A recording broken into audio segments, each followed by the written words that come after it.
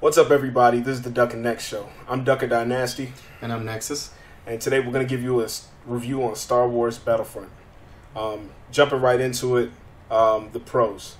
All right, the graphics, obviously. Everybody has seen the graphics from the trailer. Everybody has been amazed with the gameplay, graphics themselves, because you know how they change. The cinematics don't usually reflect the actual gameplay. They did a very good job. Mm-hmm. They have a very good and interactive backgrounds and dynamics in this. You can, whenever you're walking through the indoor forest and you shoot with your AT-AT walker and things like that, trees will fall over when you're hitting them and stuff like that. And on the HOS system, you'll see footprints and other ambience throughout the game. They did a really good job, and they stayed really good and true to the Star Wars world and genre. They added in the Ewoks and the Jawas and other miscellaneous Star Wars creatures and environments.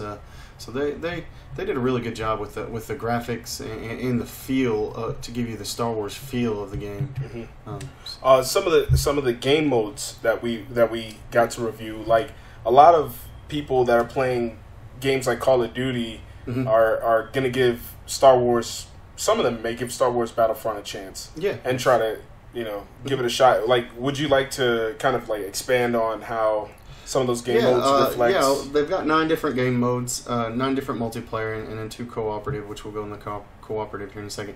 The 9 multiplayer modes, there's Droid Run, which is similar to a safeguard type. You escort a robot. They have Drop Zone, which is similar to the old style headquarters on the older Call of Duty type games, where you take a point and you battle over the point, and then the meter moves back and forth until one of it captures it. They also have like these 2 big ground war type games. It's just a bunch of them, and then they have just like your basic TDM match, and then they have your favorites. Right. Yeah. My top favorite game mode is going to be Heroes versus Villains. Mm-hmm. Heroes versus Villains is probably the greatest game mode I've seen in a while. Yeah, it is. It's very fun. It's very fun. It's a 12-man game, 6 on each team. 3 on each team are heroes or villains, mm-hmm. and the objective is to try to keep your heroes and villains alive. So 3 of the players are playing as the heroes and villains, and 3 of the other players are supporting infantry. Mm-hmm. Of course, like I said, the objective is to try to take down the opposing team's villains/heroes. And then once you kill their heroes, that person spawns back as infantry, adding more infantry to try to take out the heroes and villains. And it's really fun, and it's a really good way to get and play as the heroes and villains. Right. Because in the other game modes, the huge Walker Assault and Supremacy game modes, it is very difficult to get the hero. We'll get to the cons later. That'll be something we'll bring up in the cons. No, the multiplayer, not the multiplayer. I'm sorry, the cooperative, the 2-player cooperative mode. They have one that's like a survival mode, similar to the zombie likes, but it's not an endless wave. It's just, I think, 15 rounds. Yeah, it's like 15 rounds. Yeah, yep. There's 3 difficulties. I've tried it on the normal, and it's pretty simplistic on the normal. I bet Master's insanely hard and fun at the same time. And then the other one is kind of like a kill confirmed. You kill them and you grab tags, and there's a few little things to it, and it's fun to play with your friends.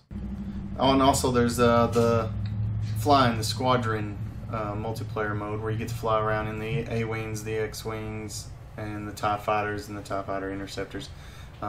It's actually pretty fun. You can get to fly in the Millennium Falcon and Boba Fett's Slave One. And that's a pretty good, neat little concept that they brought to the Star Wars game. Also, they have the 2 cooperative modes that you can play with a friend against the AIs. One of them's like a kill confirm type. You grab tags, and the other one is kind of a zombie type game, except instead of zombies coming, it's waves of stormtroopers and things like that for about 15 waves. And then you can increase the difficulty and redo it. But that's kind of fun and interesting to do. So let's get into some of the cons. Yeah. One of my biggest cons is you can't earn any score streaks or any kind of kill streaks or any kind of award for good gameplay, doing your objectives and things like that in the big squadron and supremacy fighting ones, the big multiplayer maps. The only way to get to play as Luke or any of the heroes is you got to find this random icon on the ground. Yeah. And that's how you get it. It's pretty much just time and chance. That's really all it comes down to. It's just, hey, there goes that icon, and just try to run faster than the guy that spotted it next to you. You know, exactly. For the most part. Mm-hmm. My con in general, this is just a general thing, customization. Mm-hmm. I want to make the character look more like me. I know that not everybody is interested in the FPS game. They give you a layout of characters, and it's pretty much goes like this. You got an Asian guy with hair, Asian guy with beard, Asian guy who bald. I mean, that's pretty much it. And then you got the black lady, or the kind of black guy, I don't know. And then it's just a gang of different characters, but it's just with hair or with beard. Or maybe he's bald. And those are the options that you have. I want to make the character look more like me. That's just me. Another customization error for me is the weapons. We can't have any attachments. You have an assault rifle, but you can't put a scope on it. You can't put a red dot sight on it. And I know that's kind of biased because I'm a Call of Duty player. Right. But they could have added that in. I mean, I don't know. Well, maybe everybody they thought plays different. They think it was going to be like OP if they did that. Right. It was so strange. Some people lay back and some people running guns. So yeah. They need customization so it fits your game style. Right. I agree 100%. Yeah, definitely. The buttons, the button layout, right? Too, when you're trying to shoot. Yes, they did. They did. They kind of screwed that up. They only gave you 4 options for your button, and some of us older players we do the L1 R1 to aim and shoot, and you don't have that option in this. The only way to do that is to change it in the actual PlayStation. You can go to your settings, accessibilities, and then button assignments, and you can custom configure it that way. But if the problem is when the game's over and you go into another game, you got to make sure and go turn that off, otherwise your next game's messed up. Yeah. So for a simple add-on that the developers could have done, I don't know why they didn't do that. That was a simple fix in my opinion. Mm-hmm. That's a big con too. It was just laziness in my opinion. Yeah.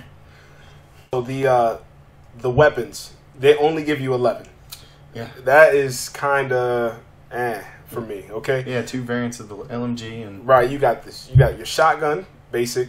You have your sniper rifle, you have your assault rifle, and then you have your pistol. I mean, there's not much more to it than that. I mean, it's basic FPS structure. Yeah, basically 2 variances of each one. But they did give us a pretty good variances on your secondary cards there, your little secondary accessories. They give you a jetpack. You get to put in things like grenades and shields and ion shots, and they give you a lot of good variants there. They did kind of make up a little bit for some customization right there. So I did like that about that. Overall, guys, as far as the Star Wars genre game, first person, Star Wars genre shooter, it's a really great and a must buy for that type of collector. And as far as just a regular game first person shooter, it's a really fun game with lots of different options and play styles in it. We've really enjoyed the games and all that stuff. Yeah. So guys, we have more footage for you to watch and enjoy. We have some hero footage. We definitely have some. We have you running around in the slave ship. Oh yeah, the flying. The slave ship, and I don't know how to lock on. Yeah, he figures it out later. Yeah, later he ends in the up game. Getting the Millennium Falcon. You figure it out. When I get the Millennium Falcon in another video or in another clip, I end up figuring it out. But in when I get the slave ship, we just started playing, and I didn't know how to lock on shoot, so I get no kills. I just you just watch them fly. It's cool. Make sure to like, comment, and subscribe, and share the video. Thank you for watching. Thank you, guys.